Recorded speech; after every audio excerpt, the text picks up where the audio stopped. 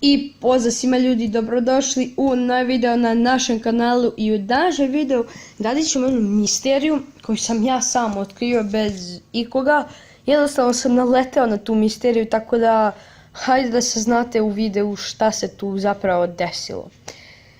Idemo. Znači, gledao sam Naruta ispočetka, krenuo sam gledam Naruta ispočetka, Shippudena. I stigao sam do borbe Sasuke protiv Orochimarua. I Orochimaru se taman spremao da preuzme Sasukeovo tijelo.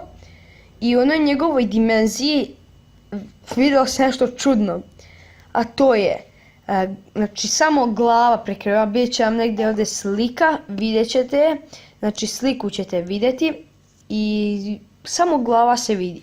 E sad, ne znam da li je to prvobitan oblik Mitsukija kakav je bio, ili je možda onaj Otsutsuki sa Meseca koji je u Naruto The Last filmu. Tako da nije mi stvarno sada jasno, napišite u komentarima ko je od njih dvojice, ali ja mislim da je to Mitsuki, da je to prvi oblik Mitsukija, pa kada je Orochimaru ugradio njegove gene u Mitsukija, onda je nastao taj novi oblik.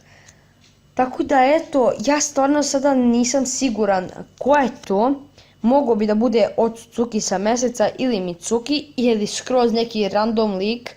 Ali evo, ovo je stvarno neki zanimljiva neka misterija, jer ja mislim da ovo niko nije do sada primetio. Stvarno sam se začudio kada sam vidio to. Ali napišite obavezno u komentarima šta vi mislite, ko je zapravo on, šta je on. Ako se sjeti možda stavit ću vam epizodu koja je to bilo, nisam siguran, moram pogledati. Tako da eto ljudi, to je bilo to za ovaj video, nadam se da ste uživali. Ako jeste, ostavite like, share i sub, a mi se vidimo u sljedećem videu. I da, obavezno napišite u komentarima da vidim vaša mišljenja o ovome.